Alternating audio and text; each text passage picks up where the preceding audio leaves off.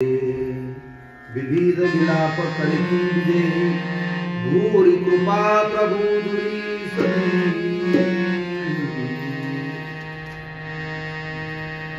प्रभूची कृपा फार मोठी आहे, परंतु ते प्रेमळ प्रभू फार दूर राहिले। म्हणजे असलेला राम जेव्हा आपण दूर पाठवतो ना, राम जवळ होता, राम जवळ होता। सीता मातेचा राम कुठे होता? जवळ होता। जवळ असलेला राम तिने स्वतः त्याला काय केला? दूर पाठवला, त्याला दूर पाठवलं। फार महत्वाचा मुद्दा मी तुमच्या समोर मांडतो, फार महत्वाचा मांडतो। कुठल्या तरी बरं का, कुठल्या तरी इच्छेपोटी, कुठल्या तरी बरं का इच्छेपोटी मला अमुक अमुक हवंय, जे जे आहे, जे सर्व सुख देणारा आहे, त्याला आपण दूर कधी करतो? वास्तविक ते सुख देणारा नाही।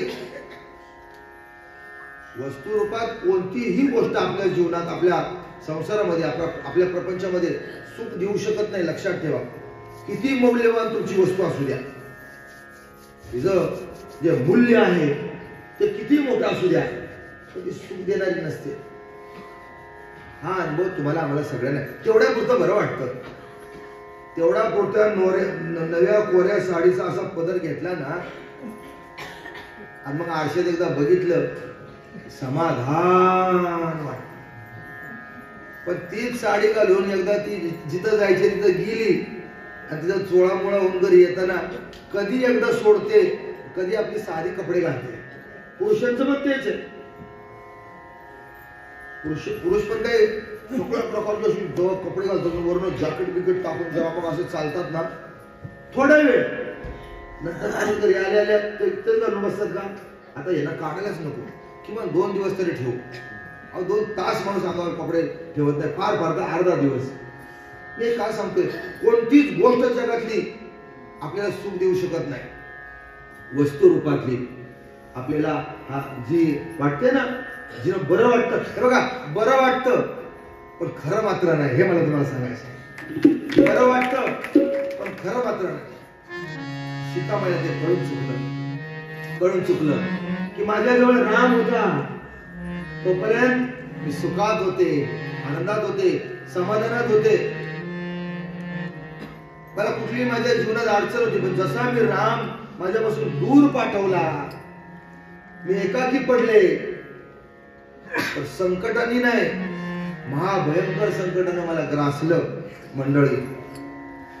आणि मग मात्र प्रभू माझी विपत्ती बरं का, आणि माझ्या ह्या जीवनात आलेली अडचण कोण दूर करणार? कारण प्रभू फार दूर राहिले, फार दूर राहिले।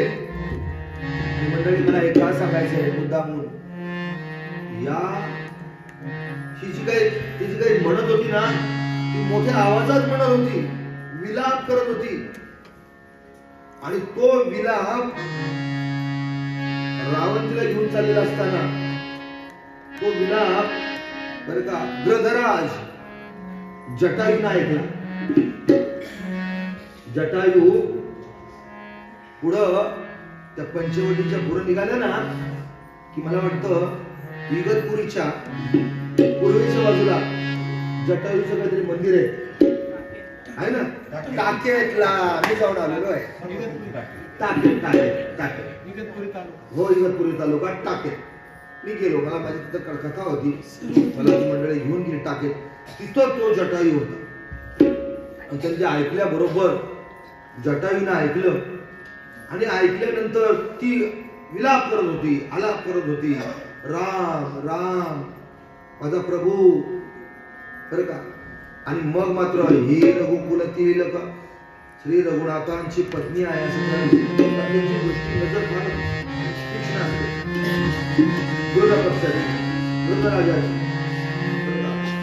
आणि ते त्याला दिसलं, कपिल्या गाय एखाद्या म्लेच्छाच्या तावडीत सापडावी तसा नीच राक्षस, कोण राक्षस त्याला माहित नव्हतं, पण कोणतरी राक्षस आहे आणि तिला जबरदस्तीने घेऊन चाललेला आहे। आणि इथं सीता माता आहे, सीते पुत्री परसी जनित्रासा करी हऊ जा तुधान करनासा. तो म्हणाला, हे सीते, जटायू रुद्राने म्हणाला, माते तू भिवू नकोस, मी या राक्षसाचा नाश करतो. आणि असे म्हणून तो पक्षी रागाने रावणावर बरं का धावून गेला. पर्वतावर ब्रज कोसळावं. पर्वतावर काय कोसळावं? ब्रज. असा तो सोचीचा मारा करायला लागला रावणावर. मंडळी हे बघा, प्रयत्न हे रत्न देवापेक्षाही श्रेष्ठ आहे असं सांगितलेलं आहे. देवापेक्षाही माणसं काय करतात, नेमकं उलट करतात. प्रयत्न सोडतात आणि देवावर हवाला ठेवून बसतात. प्रयत्न सोडतात, अभ्यासाशी काही सर्वथा दुष्कर नाही, म्हणून तू मज ठाई अभ्यासे मिळ. अभ्यास म्हणजे काय? प्रयत्न असं म्हणलं. हो, प्रयत्न तो देव जाणा. असाध्य ते साध्य करे